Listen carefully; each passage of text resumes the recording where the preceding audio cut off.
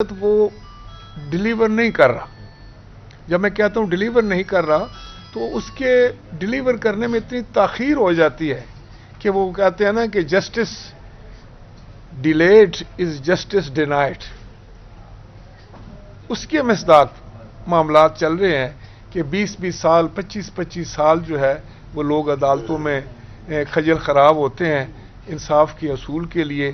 اور اگر کوئی والد نے کوئی کام شروع کیا ہے, کوئی عدالت سے انصاف کی توقع رکھی ہے, تو ہو سکتا ہے اس کا پوتا یا پھر اس کا بیٹا آ جائے اور وہ سلسلہ ختم نہیں ہوتا. اور اس کی بنیادی وجہ یہ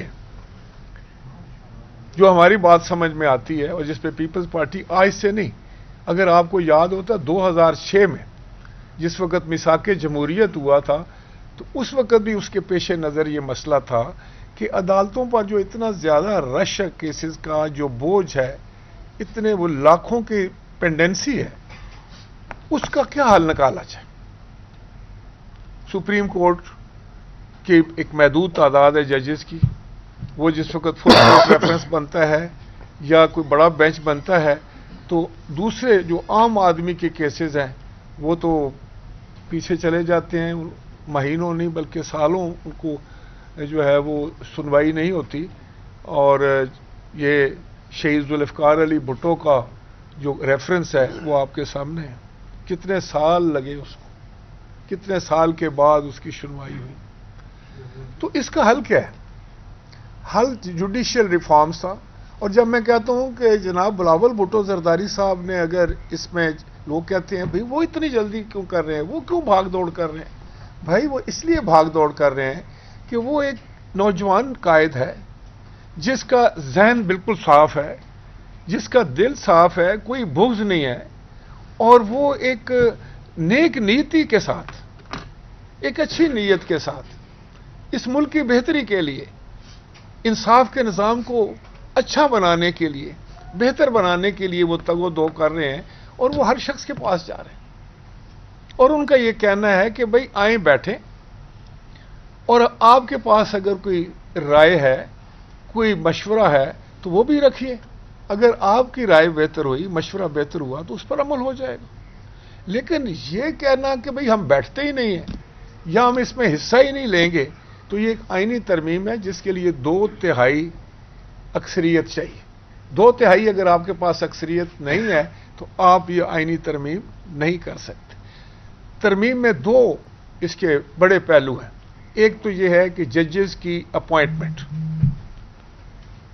ان کا مقرر کرنے کا طریقہ کار کیا ہونا چاہیے جس پہ لوگ بھروسہ کریں, جو کریڈیبل طریقہ ہو, جو ترقی یافتہ ممالک میں جو ہے وہ رائج ہے, اس میں پارلیمان کا کیا کردار ہو, اس میں پریزیڈنٹ کا کیا کردار ہو.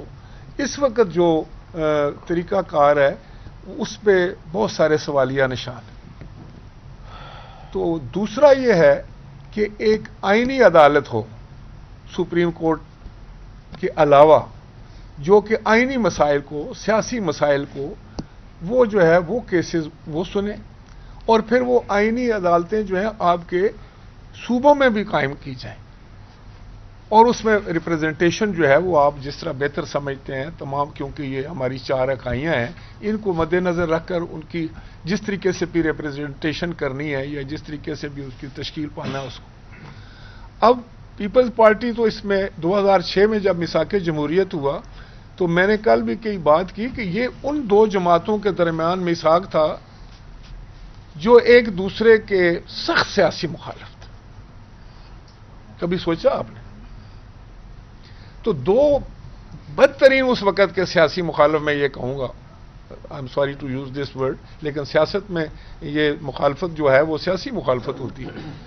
وہ اگر راضی ہوتے ہیں کہ ہاں ہمیں یہ ترمیم کرنی چاہیے, کیونکہ وہ کسی ایک کے حق میں تو نہیں تھی, کسی پرسن اسپیسیفک تو نہیں تھی, کسی کی شخصیت کے لیے تو نہیں تھی, وہ پاکستان کے لیے تھا. اور اس میثاق جمہوریت پر جب معاہدہ ہو گیا, دوسری جماعتوں نے بھی دستخط کر دیے, تو شاید پھر آپ نے دیکھا کہ اس معاہدے کے بعد اسمبلیوں نے اپنی مدت پوری کرنی شروع کی. اس سے پہلے کوئی ایک اسمبلی بھی نہیں ہے جس نے اپنی مدت پوری کی. اگر 85 سے شروع کریں، 85 کی 88 تک آئی، 88 والی 90 تک آئی، 90 والی 93 تک آئی، 93 والی 97 تک آئی، 97 والی پھر 99 تک آئی. تو کسی بھی اسمبلی نے اگر عوام کا مینڈیٹ 5 سال کے لیے، الیکشن 5 سال کے لیے ہوتے ہیں، وقت سے پہلے اسمبلی اگر فارغ ہو جاتی ہے تو وہ کیا ڈیلیور کرے گی؟ تو یہ تو وقت کا بھی ضیاع تھا، وسائل کا بھی ضیاع تھا. تو میں سمجھتا ہوں کہ جو خوشائند بات ہوئی وہ یہ تھا کہ ایک دوسرے کے مینڈیٹ کو تسلیم کیا جائے، اس پولیٹیکل سٹیبلٹی پر کام کیا جائے اور سیاسی استحکام ہو. جب سیاسی استحکام ہوگا تو پھر معاشی استحکام بھی ہوگا. جب عدالتی نظام بہتر ہوگا تو لوگوں کو انصاف جلد ملنا شروع ہو جائے گا، سستا انصاف ملنا شروع ہو جائے گا. اس کے بعد آپ نے لوور کورٹس کی بھی بات کرنی ہے، وہاں پر بھی ریفارم کرنے ہیں. تو یہ تو ایک کنٹینیوس پروسیس ہے. اس کو یہ مخالفت برائے مخالفت کی بھینٹ نہیں چڑھانا چاہیے. اور میں گزارش کروں گا کہ آپ دیکھیں کہ جناب بلاول بھٹو زرداری صاحب کی کیا ان کا ذاتی مفاد کیا ہے اس میں؟ اگر جوڈیشل ریفارم کی وہ بات کرتے ہیں، ترمیم کی بات کرتے ہیں، اگر وہ جو ہے وہ کانسٹیٹیوشنل کورٹ کی بات کرتے ہیں، وہ ججز کی اپوائنٹمنٹ کے سسٹم کو زیادہ صاف شفاف بنانے کی بات کرتے ہیں، اس میں ان کی ذات کا کیا فائدہ اس میں ہے؟ تو ایک لیڈر جو ہے وہ اگر صاف دل سے ایک اچھے جو ہے وہ ذہن کے ساتھ وہ اگر کسی بات کرتا ہے تو سب سے پہلے تو اس کی بات سننی چاہیے. اور اگر آپ سمجھتے ہیں اس کی کسی بات میں آپ کچھ ایڈ اپ کر سکتے ہیں، آپ کے پاس کوئی مشورہ ہے تو آپ ان کو دیں. وہ تو کھلے دل کے ساتھ ہمیشہ کہتے ہیں کہ آپ آئیں مشورہ دیں، ہم آپ کو بھی سننا چاہیں گے. تو لہٰذا میں سمجھتا ہوں کہ پاکستان پیپلز پارٹی جب آئینی ترمیم کی بات کرتی ہے تو پاکستان کے عوام کی بات کرتی ہے، 25 کروڑ لوگوں کے مفاد کی بات کرتی ہے، اپنی عدلیہ کو مضبوط اور مستحکم کرنے کی بات کرتی ہے، زیادہ کریڈیبل بنانے کی بات کرتی ہے. تو میں سمجھتا ہوں کہ جناب بلاول بھٹو زرداری صاحب نے یہ جو مشن لیا ہے، اللہ کرے وہ اس میں کامیاب ہوں. اور باقی سیاسی جماعتوں سے بھی ضرور ہم گزارش کریں گے کہ آپ بڑے تحمل کے ساتھ بیٹھ کے اچھے انداز سے یہ دیکھیں کہ مسودہ کیا ہے. اس میں اگر آپ نے کوئی اس کی نوک پلک درست کرنی ہے، آپ کے ذہن میں کوئی سوال ہے، آپ کے ذہن میں کوئی رائے ہے تو ضرور دیں. وہ ایک بل کی شکل میں اسمبلی میں آئے گا، اسمبلی میں وہ ڈیبیٹ ہوگا، وہاں اپوزیشن بھی ہے، ساری جماعتیں وہاں پر موجود ہیں. اس کے بعد وہ سینٹ میں جائے گا جہاں سارے صوبوں کی برابر ریپریزنٹیشن ہے، کمیٹیز میں بھی جا سکتا ہے. تو پھر جب 2/3 اکثریت ہوگی، 2/3 ووٹ اس کے حق میں آئیں گے تو منظور ہو جائے گی. اور یہ ایک ملکی مفاد کی بات ہے. اب اس کو سیاست کی نظر یہ کر دینا کہ بھئی وہ اگر بلاول صاحب نے یہ بات کی ہے تو ہم نہیں مانیں گے، یہ تو کوئی بات نہ ہوئی. وہ بات دیکھنی چاہیے کہ کیا ہے. کوئی اگر مخالف بھی آپ کا بات کرتا ہے، اگر وہ ملکی مفاد کی بات ہے تو سب کو میں سمجھتا ہوں اس میں اپنا حصہ ڈالنا چاہیے. اور یہ جوڈیشل ریفارمز کو ہونا چاہیے، یہ ہماری ضرورت ہے اور یہ بڑی شدید ترین ضرورت ہے اس وقت کی کہ جوڈیشل ریفارم ہوں. دوسری بات یہ کہ اگر آپ اپنے اداروں کو اٹیک کریں گے، ان کو غیر مستحکم کرنے کی کوشش کریں گے تو آپ میں سمجھتا ہوں کہ دنیا میں پاکستان کی جگ ہنسائی کرانا چاہتے ہیں. یہ کیا بات ہے؟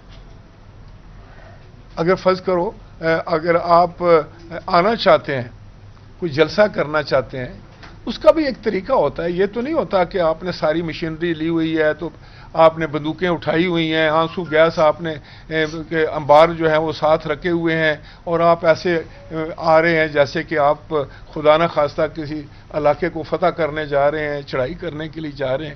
کیا کوئی صوبہ جو ہے وہ وفاق کے مخالف اس طرح کی کوئی بات کر سکتا ہے، اس طرح کا کوئی امپریشن دے سکتا ہے کہ میں آؤں گا، اگر وہ منع کریں پھر بھی میں آؤں گا؟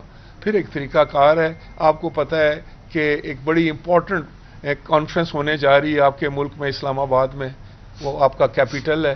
وہاں پر وہ جو SCO کا اجلاس ہونا ہے، جو ایک بہت امپورٹنٹ فورم ہے پاکستان کے لیے بھی اور پورے اس خطے کے لیے. وہاں آپ کے مہمانوں نے آنا ہے، دوسرے ملکوں کے سربراہان نے آنا ہے، تو آپ آگے یہ ڈرامہ لگا کر بیٹھے ہوں. یہ کون سی سیاست؟ اس سے سیاست سے اگر کوئی کسی کا ذاتی شاید فائدہ ہو سکتا ہے، کہ وہ اس کی واہ واہ ہو جائے یا اخبار میں اس کی خبریں لگ جائیں یا ٹیلی ویژن پہ اس کا نام زیادہ آنا شروع ہو جائے. لیکن میں اکثر یہ کہتا ہوں اس پاپولیرٹی کا کوئی فائدہ نہیں ہے جس سے پاکستان کو نقصان ہو.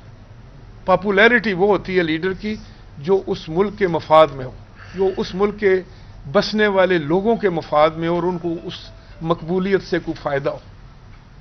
تو میں یہ اپنے پی ٹی آئی کے دوستوں سے بھی یہ گزارش کروں گا کہ آپ وقت کے لحاظ سے دیکھا کریں.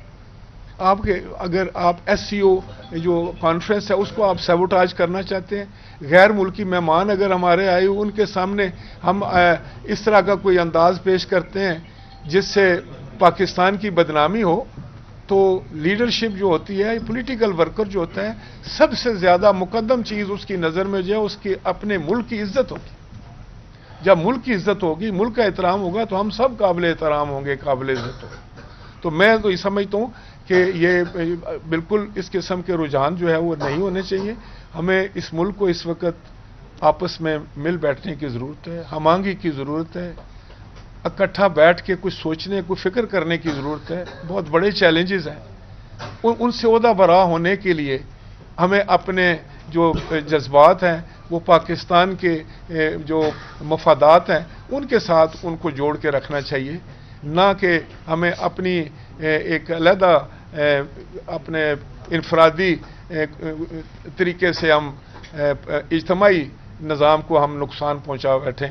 تو میں یہ سمجھتا ہوں کہ جس طرح میرے سارے دوستوں نے بھی آج یہ بات کی کہ ہم جناب بلاول بھٹو زرداری صاحب کو خراج تحسین پیش کرتے ہیں, اور میں توقع کرتا ہوں پنجاب کی پوری ہماری پارٹی یہ توقع کرتی ہے کہ وہ ایک نوجوان لیڈر ہیں.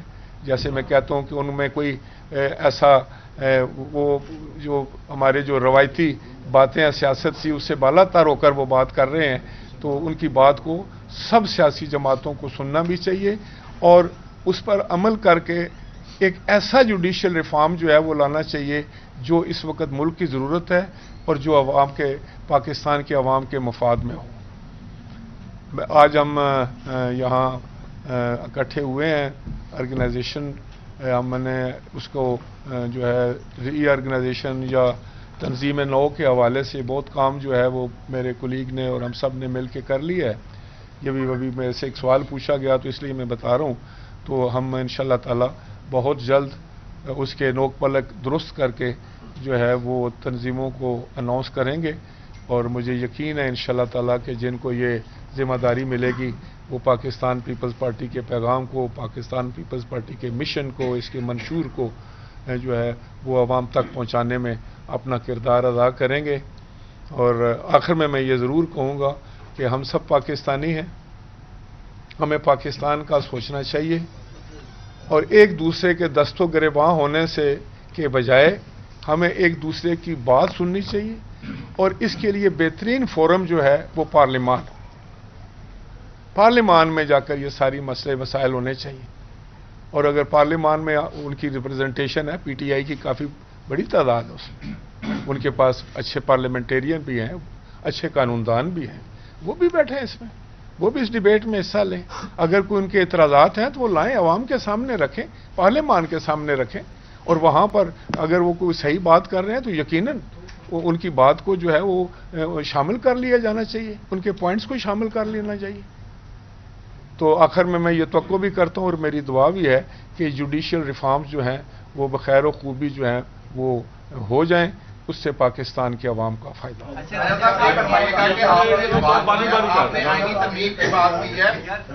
ملک صاحب ایک بات کی ہے سر, ایک پہلے بھی اٹیمپٹ ہو چکی آئینی ترمیم کی, رات کے 3 بجے تک جو ہے پارلیمنٹ بھی کھلی رہی اور وہاں پہ لوگوں کا انتظار بھی ہوتا رہا.